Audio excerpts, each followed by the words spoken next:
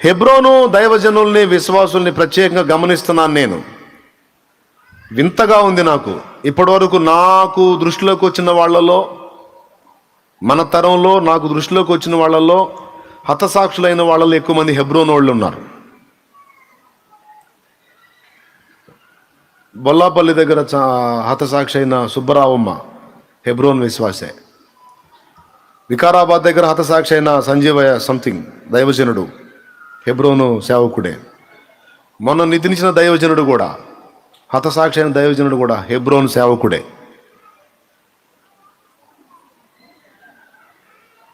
ఢిల్లీలో కూడా హెబ్రోను సేవకుడే. అదిగో హెబ్రోను సంఘ దైవజనులు, హెబ్రోను దైవజనులు ఎక్కువ మంది హతసాక్షులు అయ్యారు. ఎందుకంటే మిగిలిన సంఘాలు వేరు, హెబ్రోను వేరు. హెబ్రోను బాహాటంగా సువార్త ప్రకటిస్తారు, ప్రజల్లోకి వెళ్తారు. వాళ్ళ ఓర్పు సహనం స్పెషలే. ఆ సువార్త చెప్తుంటే వాళ్ళని తిట్టి కొట్టి దూషించి తరుముతా ఉంటే గొర్రెపిల్ల కనపడేది అక్కడ వాళ్ళని చూస్తే మనకి. అదే ప్లేస్లో నువ్వు నేను ఉన్నావు అనుకో, కరపత్రాల సంచి ఆడబెట్టి సువార్త పోయి ఇక మన గురించి జనం దుర్వార్తలు చెప్పేటట్టు అయింది అక్కడ. ఏందిరా నా ఇష్టం రా, నేను చెబుతా, ఏందిరా రారా అన్న పరిస్థితి వచ్చింది. కానీ వాళ్ళు అలా చేయరు. అంత ఓర్పు అలా నేర్పాడు భక్త సింగ్ గారు. సహోదరుడు భక్త సింగ్ మహనీయుడు అలా నేర్పాడు. ధైర్యంగా ప్రజల్లోకి వెళ్ళి సువార్త ప్రకటించటం, దేవుని నామాన్ని మహిమపరచటం, ప్రభు సువార్తను ఊరేగించటం, మోకాళ్ళుని ప్రార్థన చేయటం, ఓర్పు సహనాలతో సాత్వికంతో తగ్గించుకొని గొర్రెవలె దాటి వెళ్ళిపోవడం మొదలైనవన్నీ నేర్పాడు ఆ మహనీయుడు. గొప్ప భక్తులండి. వాళ్ళ పాదాలు గడగడానికి కూడా అర్హత లేని అంత గొప్ప భక్తులు వాళ్ళు.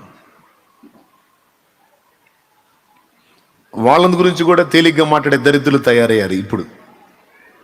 అలాంటి గొప్ప గొప్ప దైవజనులు వాళ్ళ కాళ్ళ గోటి ఖరీదు కూడా చేయనటువంటి పనికిమాలినోళ్ళు వాళ్ళని ఎగతాళి చేసేవాళ్ళు తయారయ్యారు ఇప్పుడు. పిల్లొచ్చి గుడ్డుని ఎక్కిరిచ్చిందంట కదా, అంతేనా?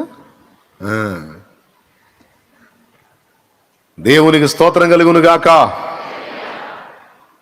ఎవరైనా హతసాక్షి అయ్యారు, శ్రమ పొందుతున్నారు, ఇబ్బంది పడ్డారు అంటే అనుమతి, ఆయన సెలవు అయిందంతే. లేకపోతే మనకి భద్రత ఉందా లేదా? ఎందుకు భద్రత ఇవ్వబడింది? మనకు శత్రువు కూడా ఉన్నాడు కాబట్టి. దైవ చిత్త ప్రకారం మనం పని చేయకుండా వాడు నిరంతరం అడ్డగిస్తూ ఉంటాడు కాబట్టి మనకి భద్రతను ఏర్పరిచాడు తండ్రి. ఎందుకు భద్రత ఏర్పరిచాడు? దేవుని పిల్లలమైనందుకు శత్రువు మనల్ని టార్గెట్ చేస్తాడు. సామాన్యుడి పిల్లలకి టార్గెట్ ఉంటుందా? రాజుగారి పిల్లలకి టార్గెట్ ఉంటుందా? శత్రువుల నుండి. నేను కొంచెం వాల్యూ పెంచుతున్నాను, మీరు సౌండ్ పెంచండి. రాజుగారి పిల్లలకి డేంజర్, ఎందుకంటే పిల్లల్ని పయనం చేస్తే నెక్స్ట్ ఉండదు కాబట్టి. సామాన్యుడి బిడ్డ కంటే కూడా రాజుగారి పిల్లలకి దాడి ఎక్కువ. అందులో ఇప్పుడు మనం రాజాది రాజు పిల్లలం. శత్రువుకి స్పెషల్గా టార్గెట్ అవుతాం. అంతా స్పెషలే. మన టార్గెట్ కూడా స్పెషలే, ట్రీట్మెంట్ స్పెషలే, నడిపింపు స్పెషలే, అంతా స్పెషలే. మరి శత్రువులు కూడా మనకి మిగిలిన వాళ్ళ కంటే డిఫరెంట్గానే ఉంటారు. దాడులు అంతే ఉంటాయి. అయితేనే భద్రత కూడా అంతే ఉంది.